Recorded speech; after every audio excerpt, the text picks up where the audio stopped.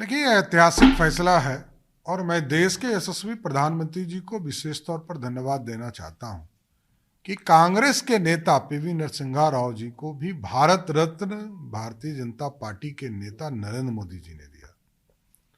चौधरी चरण सिंह जी जो देश के पूर्व प्रधानमंत्री हैं, इतने लंबे समय तक इंतजार किया लोगों ने।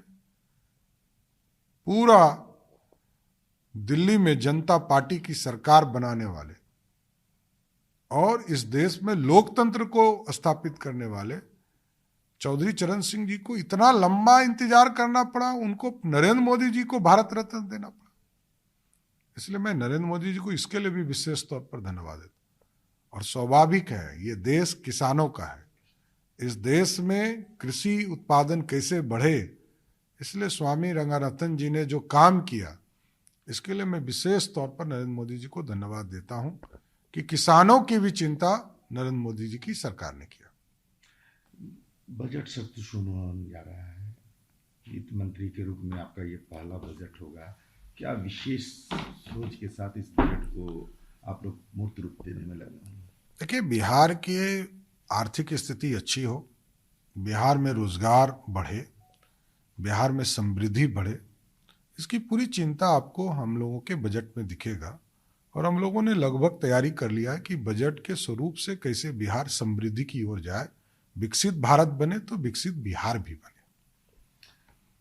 कौन सा स्पेशल सब्जेक्ट होगा जिस पर विशेष ध्यान देने की तैयारी? देखिए, बिहार अभी इंफ्रास्ट्रक्चर के काम से दौड़ रहा है, डेवलपिंग स्टेट है।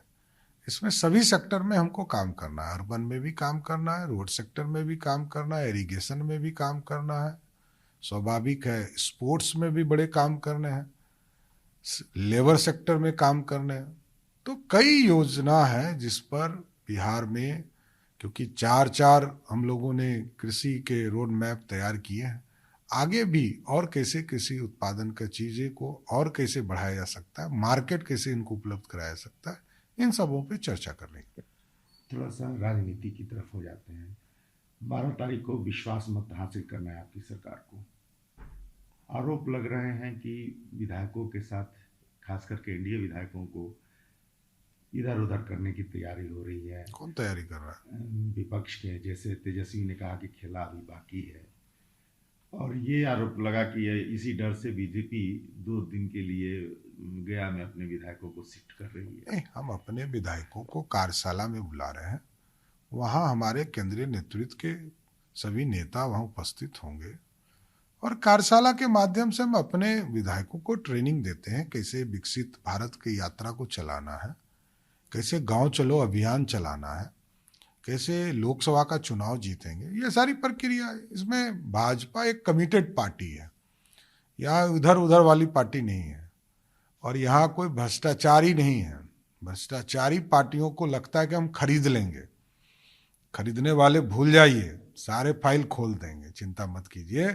हम लोगों को सब पता है कि पैसा कहाँ से आता है और कहाँ पैसा गया है। एक एक व्यक्ति का पैसा तेजस्वी यादव को लौटाना पड़ेगा। मैं सारे फाइल को देख रहा हूँ। मीसा भारती, राबड़ी देवी, हेमा, उनको जमानत तो मिल गई है, लेकिन उनसे ईडी की पूछताछ हुई। लालू जी को ये बताना चाहिए कि 1.5 साल में अरबपति कैसे हो सकते हैं उनके किसी के बच्चे। तो बिहार के नौजवान सिर्फ ये जानना चाहते हैं कि अरबपति कैसे बनाओगे। बिहार के नौजवान एकदम इंतजार कर रहे हैं कि बिहार के बच्चों को अरबपति का बनने का मैकेनिज्म चाहिए। ये लालू जी के परिवार को बताना चाहिए। उन लोग का एक है कि 16 महीने बनाम 17 साल, ये लेकर के वो कह रहे हैं। बताना ही चाहिए, एकदम डिबेट करना चाहिए। 1,75,000 शिक्षक की बहाली 2021-22 में निकला, उसको पूर्ण अभी तक नहीं हुआ है, ये मैं कह रहा हूं। और जिस मैकेनिज्म से भर्ती हुई है, उनको पता करना चाहिए ना कि उनके मंत्री ने दस्तखत किया है कि नहीं किया है।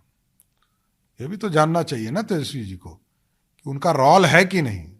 कोई वित्त मंत्री तो थे नहीं कि सब फाइल पे दस्तखत होगा, तो उनको पता होना चाहिए। वो पथ निर्माण मंत्री थे, उनके मंत्री तो भगवान राम को गाली देने से फुर्सत कहाँ था।